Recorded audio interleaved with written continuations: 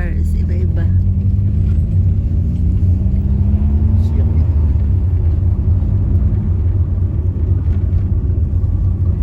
Baka siguro lahat ito nagpaparinta din.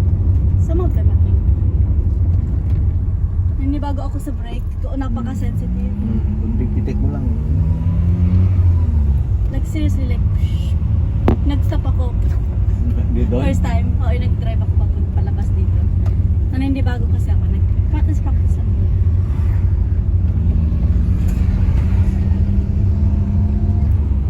Laking negosyo itong laking business na sa UK car. Oo. Sa car. Hindi, kasi kailangan. Paano makakatrabaho?